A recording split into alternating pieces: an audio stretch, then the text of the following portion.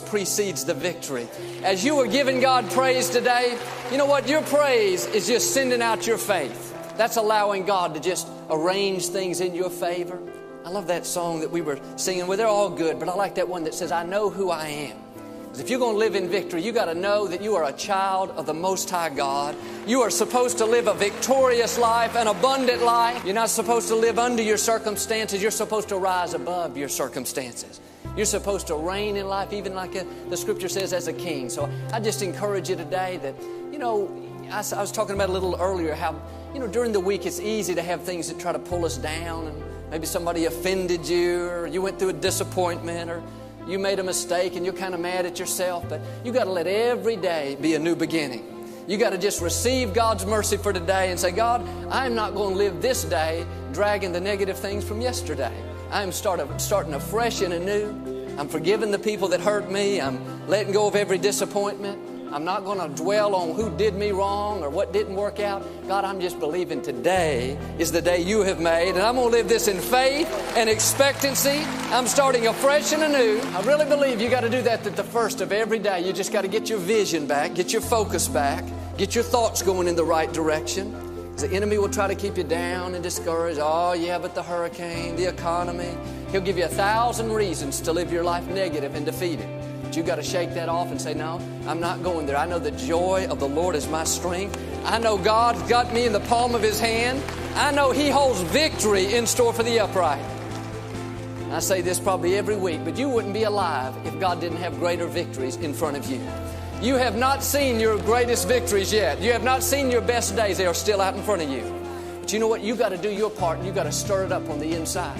You got to get it on the inside. You got to see it through your eyes of faith before it's going to come to pass on the outside. I just encourage you today. You know, God can do what men can't do. It may look impossible to you, but it's not impossible with God. Jesus put it so simple. If you believe, all things are possible. I believe I'm looking at believers and not doubters today. You know God can do supernatural things. So today we're going to take a moment or two to pray. But like I said, I always like to stir you up in your faith, because God works where there's an attitude of faith.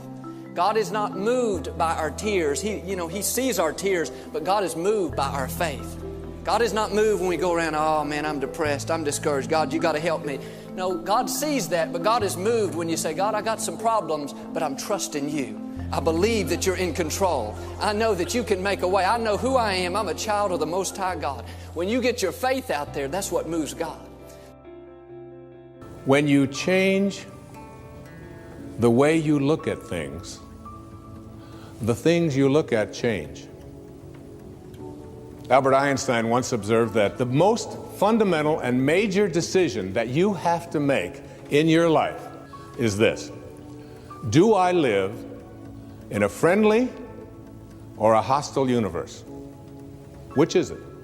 Is it a universe that is filled with hostility and anger and people wanting to hate each other and people wanting to kill each other? Is that what you see? Because when you see the world that way, that's exactly what you will create for yourself in your life. Now you might say to yourself, how can I feel good when so much around me is bad? And I want to offer this to you as a very important and powerful piece of advice. You cannot get sick enough to heal one person on this planet. And you cannot get poor enough to make one person wealthy on this planet. No amount of your feeling bad. When you say feeling bad, what you do is you create something called resistance. I can't do this. It's not possible. I don't deserve it.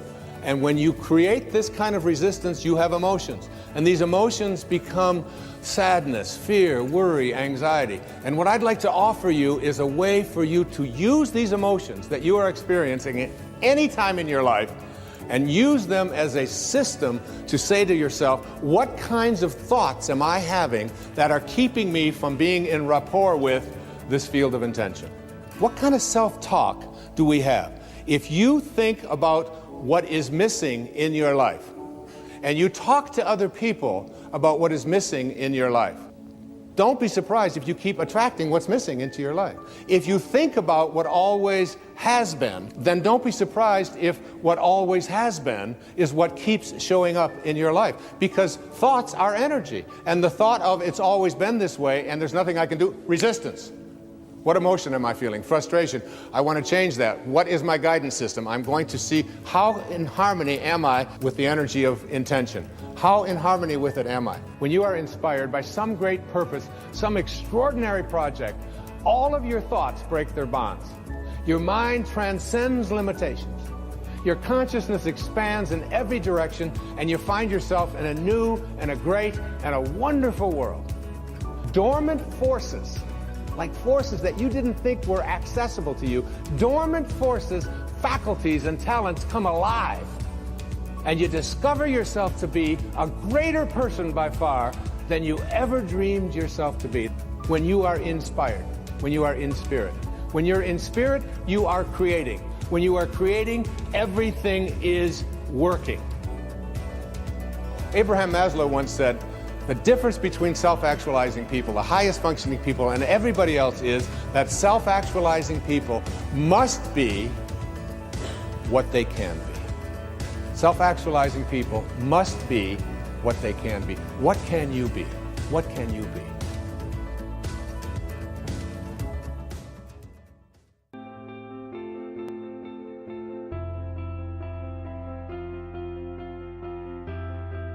If you like this video, please give it a thumbs up. And to see more videos like this, subscribe to my channel.